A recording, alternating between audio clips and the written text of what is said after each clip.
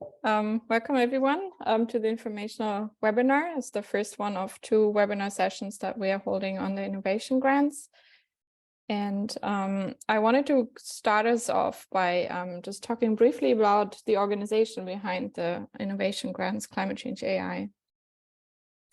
So Climate Change AI is a NGO with a global team, and our mission is to catalyze impactful work at the intersection of climate change and machine learning.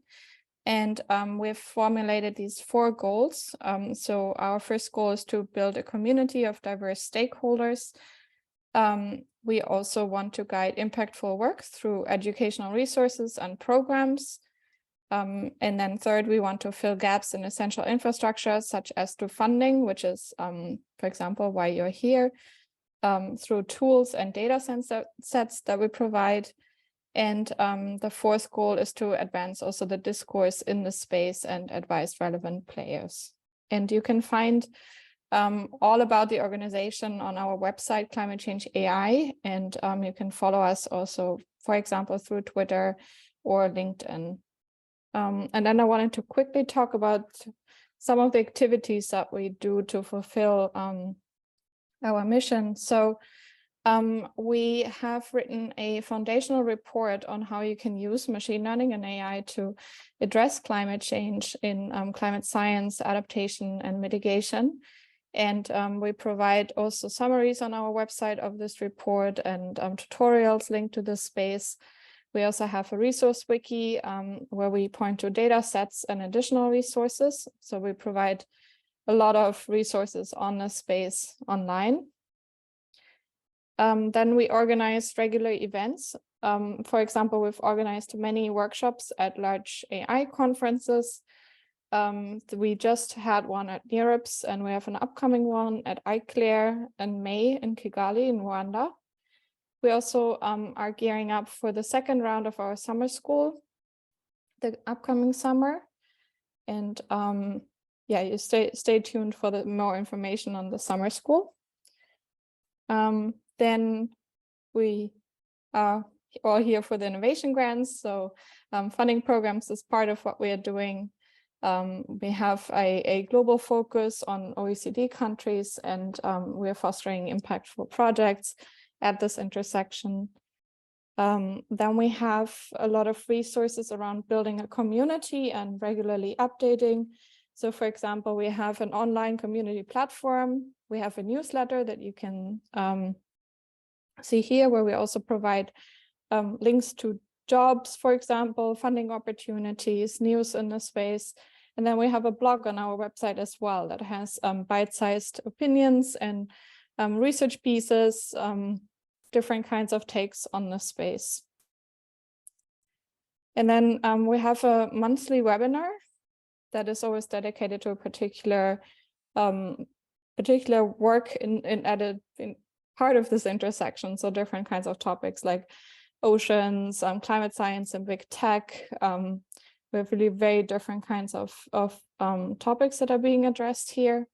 We have bi-weekly virtual happy hours, and we also have reading groups and other meetups. And lastly, we also, as a group or larger community of experts, engage in the policy discourse and provide information if decision makers seek out to us. So we have written a policy brief, so a larger report for the Global Partnership on AI. And we also have attended the past 3 UN climate change conferences and organized events there. So with that, I'm going to hand over to my colleague, Camelia, to introduce us to today's webinar. Thank you, Lynn. Hello, everyone. So I'm very happy to see you here, or not really see you, but talk to you about the Innovation Grants Program.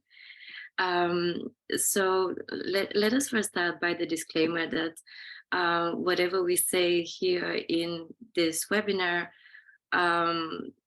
is relevant, but the most accurate information and up to date will always be on the website. So please make sure to check every now and then for new updates. And if anything changes, you can see it over there. You can see on the website and page. How this webinar will go alone. So as you know, now you're muted and we do not see you. So we will try to answer your questions as much as possible. But if there is something that we do not answer, make sure to write us on the address grants@climatechange.ai. And for any questions that you have, please feel free to use the chat now. So you can already start using that, and we will address it at the end of of this session when we finish introducing our slides. But yeah, again, if there is something that we did not address, make sure to write us, and we will respond to you. I wanted to start just with some highlights from the first grant cycle. This has been from 2021 to up until now. So we are very, very happy and proud to have selected 13 grants projects. They cover 55 institutions overall in total from 14 countries. So as you can see here, this is just some visualizations of what variety of application areas we have covered. It is really diverse and there is no focus area, so to say. So we really welcome any kind of subject that you might have. A little bit more on Innovation Grants Program for the second cycle now, what you're here for. Just some quick facts. We do not change much from the first year. The amount remained the same. So it's you can apply for grants with a maximum of 150,000 per proposal for projects that will last a year. The scope will remain the same also. So we will fund research projects at the intersection of AI and climate change. Eligibility, the principal investigator must be from an accredited university from an OECD member country. There is something that I would like to emphasize here, and probably you have more questions about that, is that there are no eligibility restrictions on co-investigators. So we really encourage that partnerships between principal investigator and co-investigators from different countries from around the world. I can tell you more after. Very important to know is the submission deadline, which is March 1st next year, 2023. You can submit your proposal through the website that you can see here. And if you have any information that you need, any question, how to submit it or anything else, whether you're eligible or yeah, you wonder how to do, please feel free to reach out to us in that email.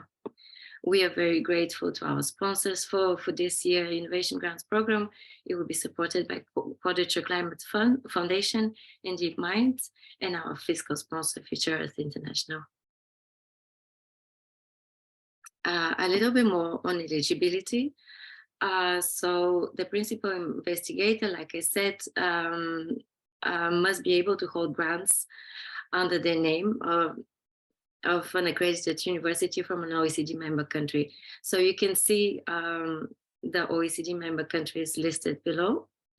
And something that is important is that, the principal investigator can be a faculty postdoc, research scientist, or it can have a different title, so to say, but it really depends on the university and their rules, whether they are eligible to hold the grant. So make sure to check with your university whether you can do that.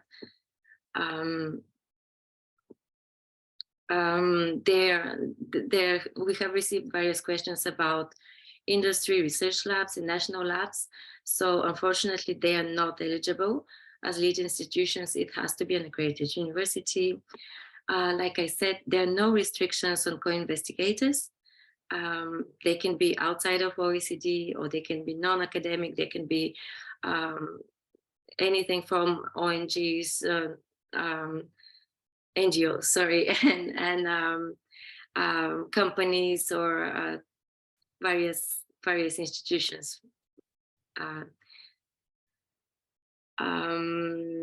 Yes, another aspect, it should be not funded from other funding bodies. So you should not receive funding for that proposal from somewhere else. On the next slide, you will see what potential topics you can apply with. So you can the scope of the innovation grants program is machine learning and artificial intelligence or plus climate change mitigation, adaptation, and climate science. So this is the very scope of what we fund. Or you can also apply with artificial intelligence governance in the context of climate change, or you can apply with a proposal that will assess greenhouse gas emission impacts of AI or AI-driven applications. What is important here to know is that in your proposal, you should address how your work can be deployed to help climate change mitigation and adaptation. This can be a plan to disseminate your work among relevant sectors, organizations, but also a deployment as part of the project itself.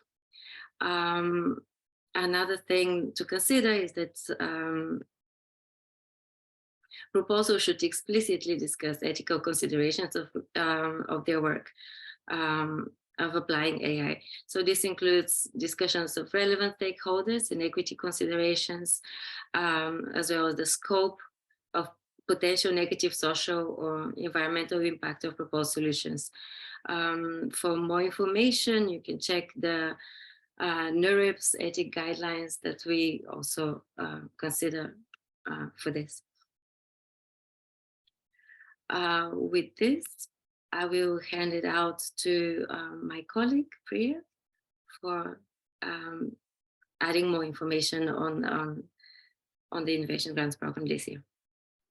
Awesome. So as Camelia mentioned, the scope of the grant here is broad. Again, any topic at the intersection of AI and climate change, whether it's applying AI for climate change or doing assessments of AI governance in the context of climate change, impact assessment of AI are in scope. And this is across sort of all sectors of climate change.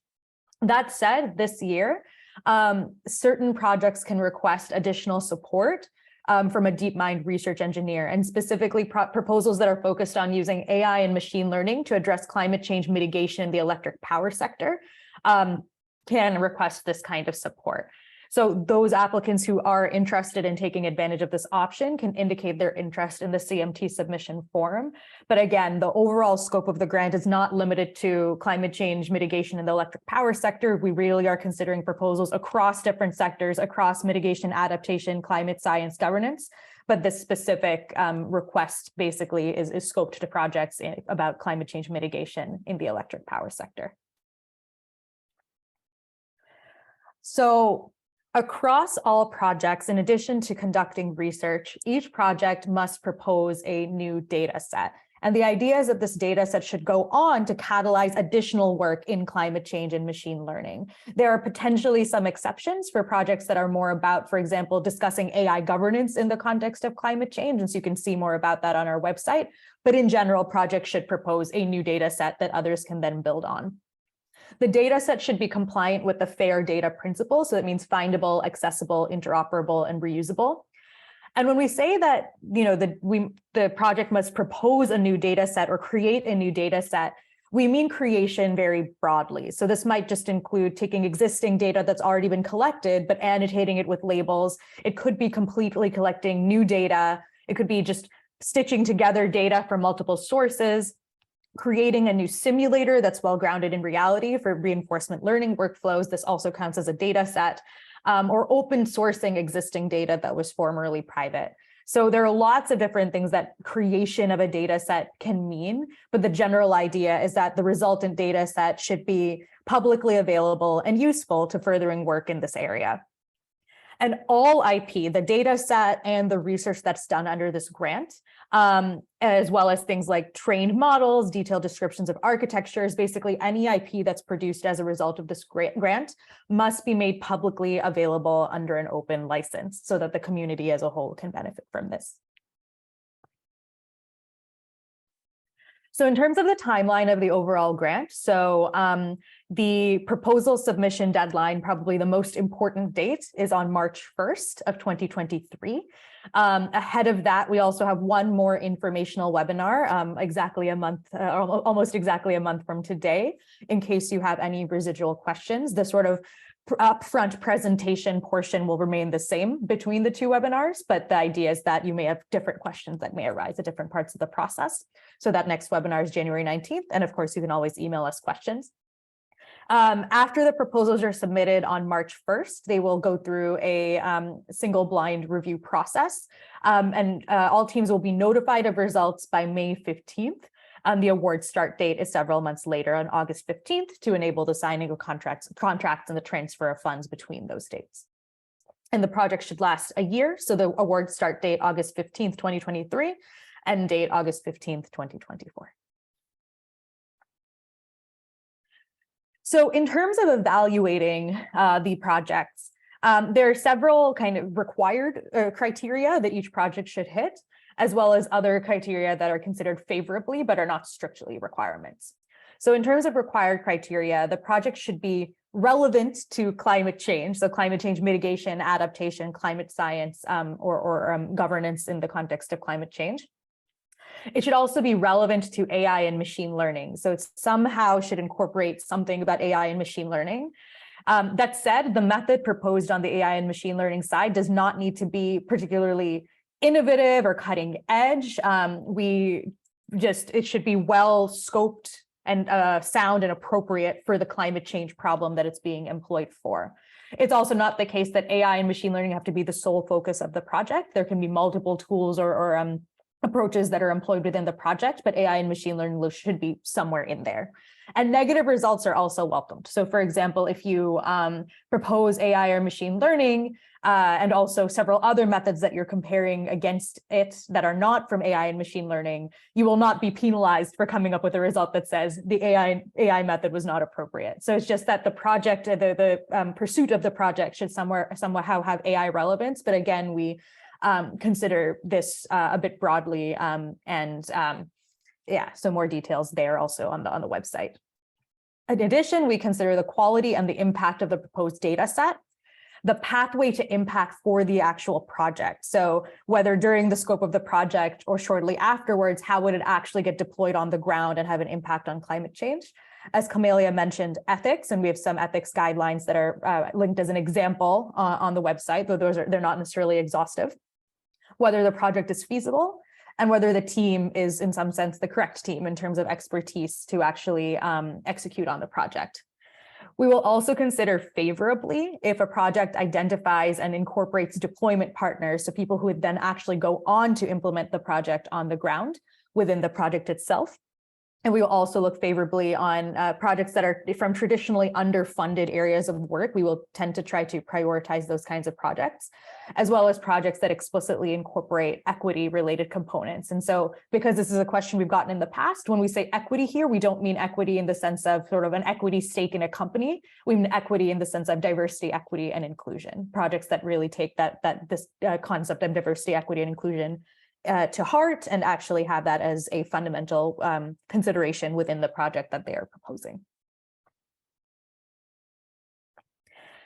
In terms of the budget needs to be submitted in one single PDF, and this should include a one-page itemized budget, a brief budget description, and for that, we also have a budget template that is available on the website. This is optional, but hopefully you will find it helpful. Eligible expenses include salaries for PIs and research staff, equipment, software, and compute, expenses associated with conference and other project-related travel, and other expenses that are relevant to carrying out the project. And so if you have questions about whether a particular expense is eligible, feel free to send us an email. In terms of overhead, the project must incorporate, can only have an overhead amount of a maximum of 10%. So this is 10% across the entire budget, including the PI institution, including all partners and subgrantees. And while many institutions by default have a larger than 10% overhead rate, institutions often do allow this 10% overhead rate when they are asked explicitly about it. So the policies around this do vary by university, so do check with your university. But even if your default overhead rate is over than 10%, it may still be the case, and is often still the case, that you can still take a grant that has a cap on overhead that is lower than that. In terms of allocating funds to subgrantees, so we will, from Climate Change AI, only contract funds directly to the accredited university with which the principal investigator is affiliated. So the principal institution in the grant is where the funds will go from our side. Any further dissemination of funds to partner institutions across, and again, these partner institutions can be non-academic, they can be across countries, but any dissemination of funds to those additional institutions needs to be managed by the lead institution. And the lead institution does have this right to decide, how to allocate the funds between them and their subgrantees, and this should be reflected in the submitted budget. So to submit, the deadline is March 1st, 2023 at 11:59 p.m. anywhere on Earth time, UTC -12. So for those who aren't familiar with the usage of that particular time zone, the idea is before the end of March 1st in your time zone, or basically in sort of UTC -12, submit the proposal.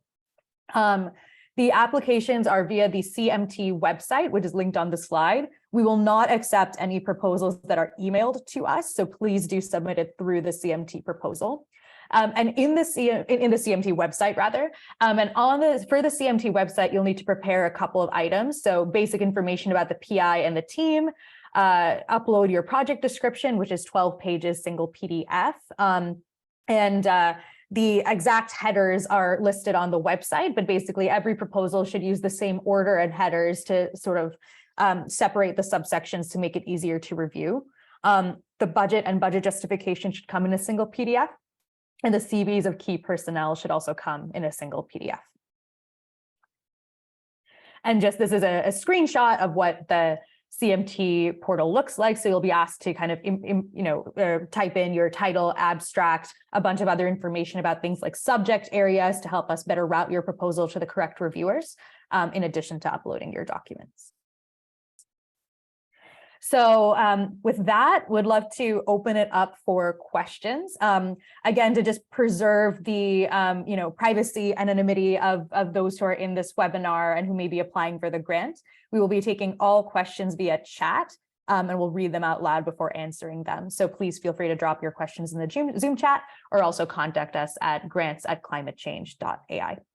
So with that, I'm going to stop sharing screen, and we should be able to get to your questions. So I can read the first one out, but then Lynn or Camelia, feel free to jump in with an answer. So the first question we have is, can the funding or a portion of this funding be used for the development of digital apps which use AI and machine learning? This would include associated licensing and software, salary of data scientists, etc. So I can answer it. Yes, so you can, development of digital apps is definitely allowed, and something that we would also encourage you to talk about in the pathway to impact portion of the proposal, how you feel that helps to actually make that realize that pathway to impact, and reasonable costs associated with actually doing that project. So like licensing and software, salary of data scientists, and so forth, can definitely be covered by the grant. I can take the next one also. So the question is, can we submit several independent projects? So the same PI, I assume, or team members submitting several projects. Yes, you can. We do try to have diversity criteria play a role. So there's that caveat that, of course, if you submit several projects, there is some aspect of trying to meet diversity criteria.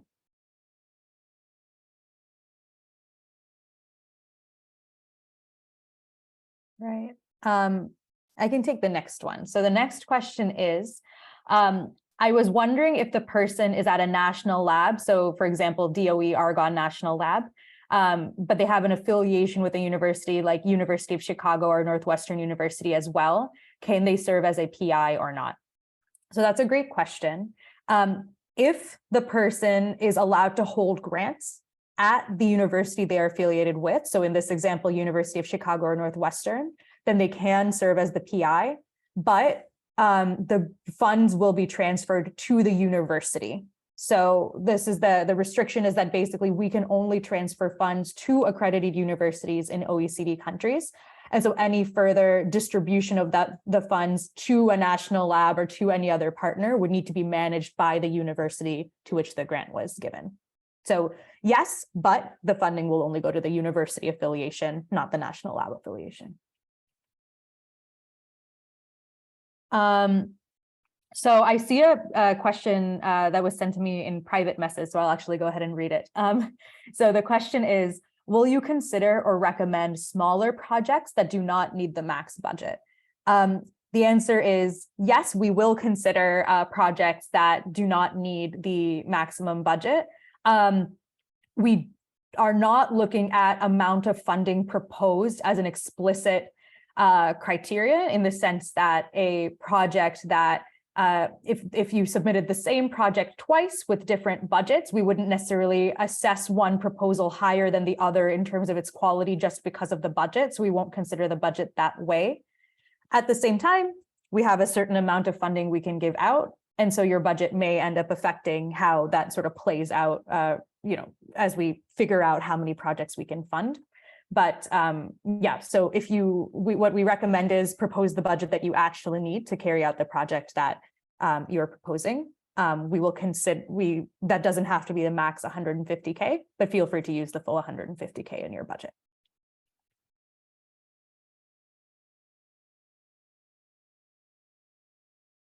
Any other questions?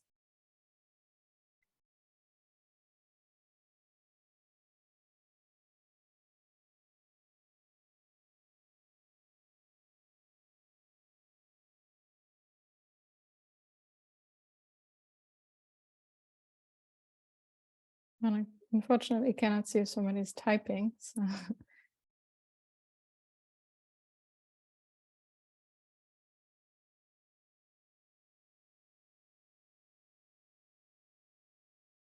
Okay, there's one. Are topics like air quality considered part of climate change? This is a very good question, and the answer is a bit more complicated. So in general, air quality is not considered part of climate change in that term, and it's like mainly a focus on health. But we do consider projects that deal with air quality if they make a clear link to climate change. So for example, if one is investigating co-benefits and makes the link to climate change very clear, because for example, transportation topics often both address air quality and greenhouse gas emission concerns at the same time, and the air quality aspect of it can be co-investigated essentially, but the link to climate change and the impact for addressing climate change needs to be made really, really clear. That goes, I think, generally for other types of sustainability issues. So you always need to make clear why this is impactful for climate change first, and then you may also have considerations on other kinds of aspects in your project.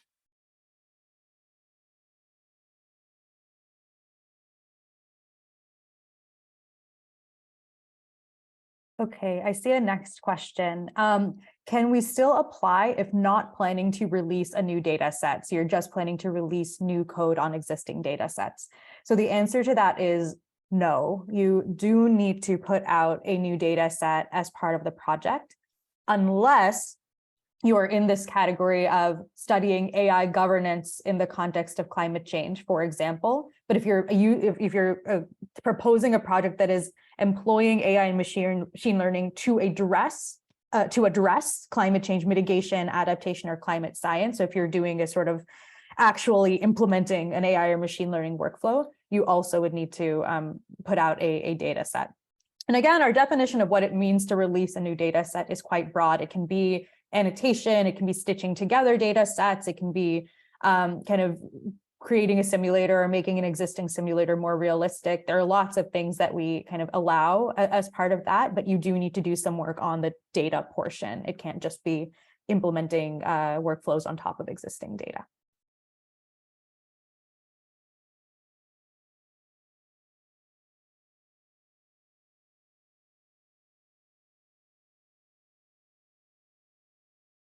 I can take the next one as well. So can a PhD candidate be a co-PI if they are graduating till the funding date, so August 15th? That's a great question.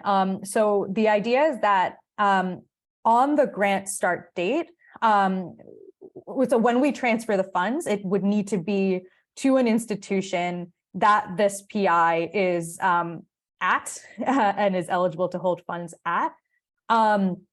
So you would basically need to check with the institution under which you would be applying to see if they would allow you to apply in this way. So for example, some universities or institutions, they allow people to hold kind of provisional PI status or a visiting scientist status or something like that ahead of time, even if they haven't already started, that enables them to apply for grants through that university. So you'd need to check with the university that you would be joining about this. But if that university allows you to apply for grants early, then we don't have any issue with that.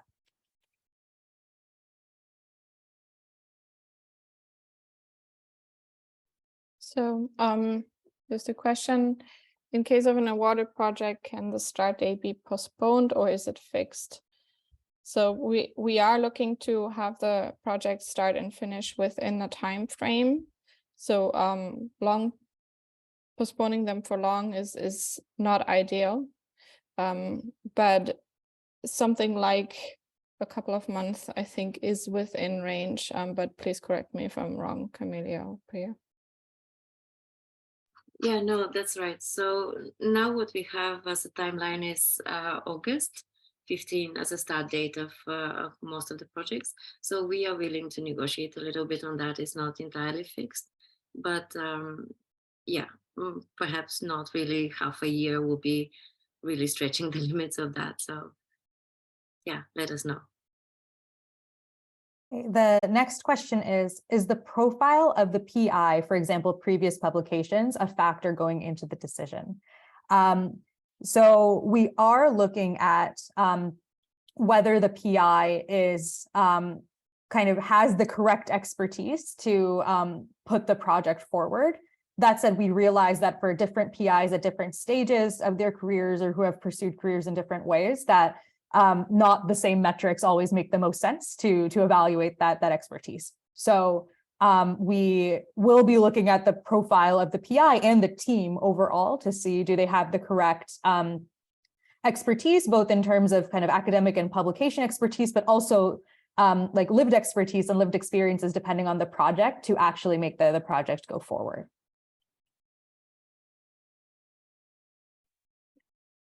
So the next question is, given the short timeline of the grant, which is 12 months, if development is part of this timeline, it is likely that data collection would be initiated, but minimal.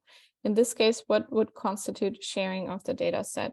So we're looking for the project to be completed within that time frame and results being reported, but we do realize that this doesn't mean it needs to be published. Like, let's say in a journal, because the timelines are much beyond 12 months there.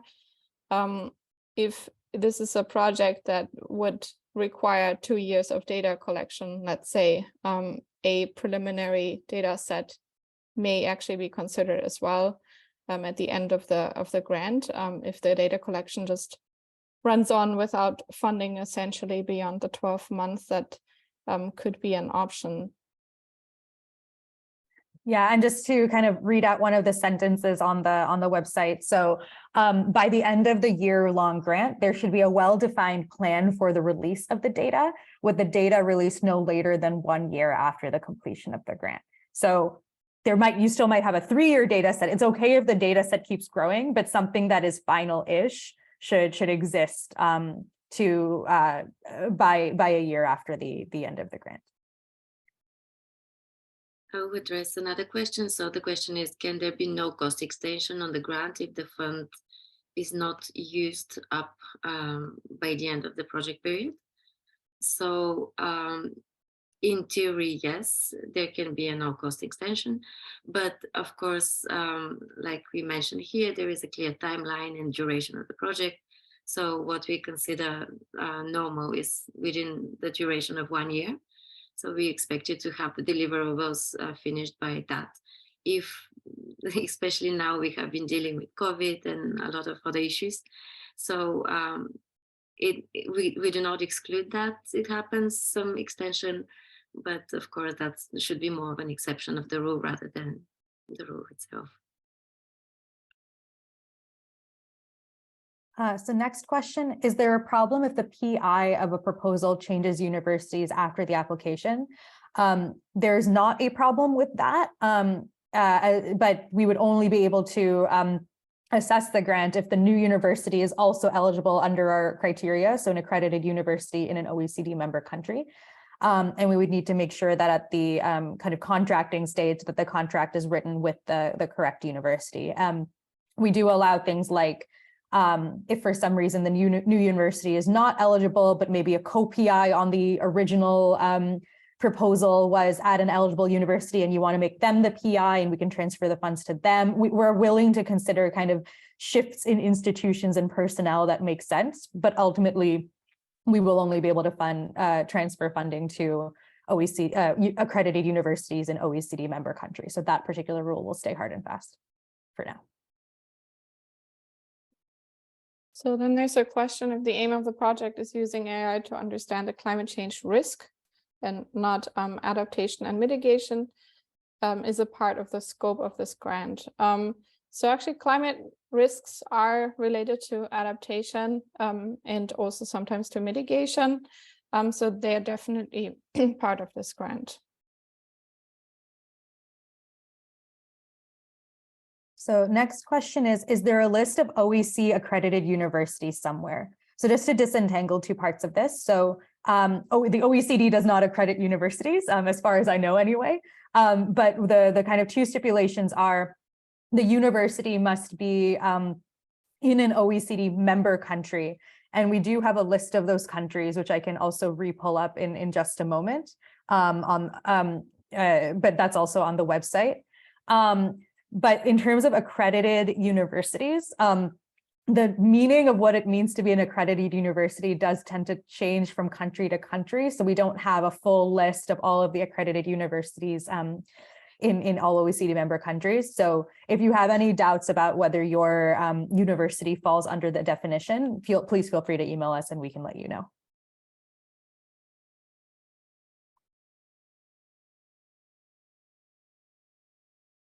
So related to the previous question, can the development of hazard maps be considered as part of the topic?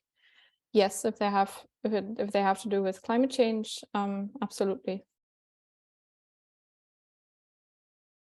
Okay, so we have one. Do the projects have to address global problems or can they address specific problems? For example, at the national or regional level. They can absolutely be at the national or regional level.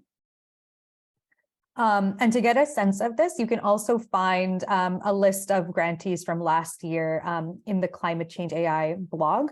And I can put a link to that in the chat after this, but it's a post that is announcing the winners of the last round of the innovation grants. And you can get a sense from the titles that there's a distribution over these. Some of these are addressing sort of quote unquote global problems in the sense of technology breakthroughs or things like that would in some sense apply globally, and others are very much focused on specific national, regional, local priorities in the context of climate change.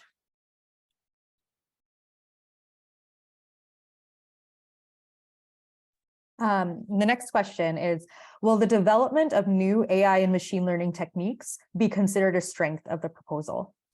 That's a great question. So the goal here is to, address climate change using where AI and machine learning techniques are used or in the mix.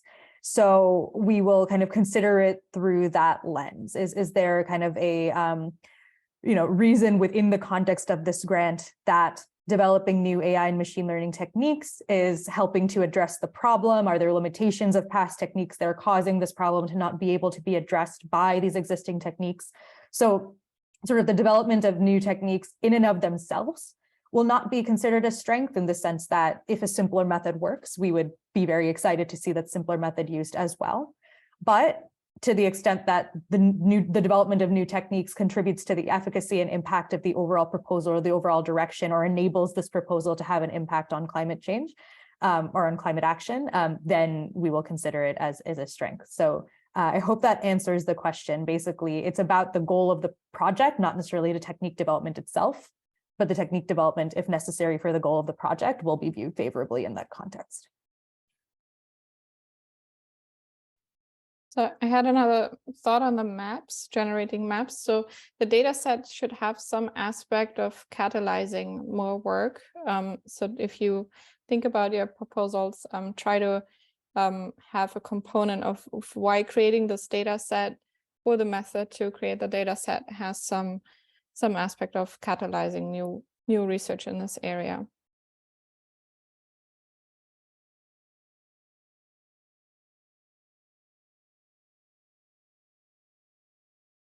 Any other questions?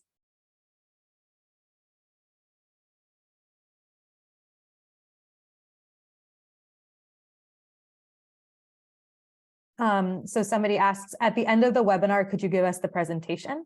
So the recording of this webinar will be posted online, and that's actually also why we're doing videos off and mics off, just to make sure that people can apply to the grant anonymously without worrying about their intent to apply being posted online. So yeah, next question. So besides the data sets, is the creation of open source software, for example, frameworks wanted?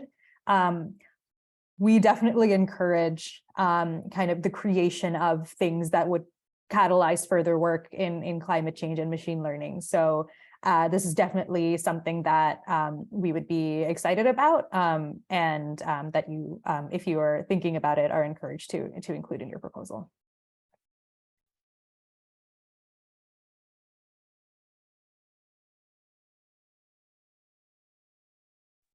All right, any additional questions?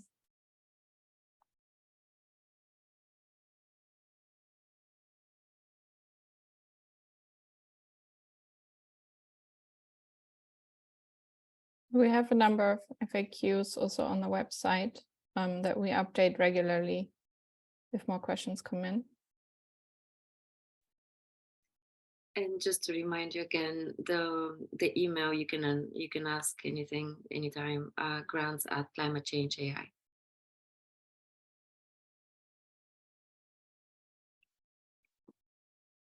Okay, yeah, so seeing no more questions in the chat, I think we'll close out the webinar, but thanks so much everybody for attending. We're very excited to see your proposals, and wishing you the best of luck.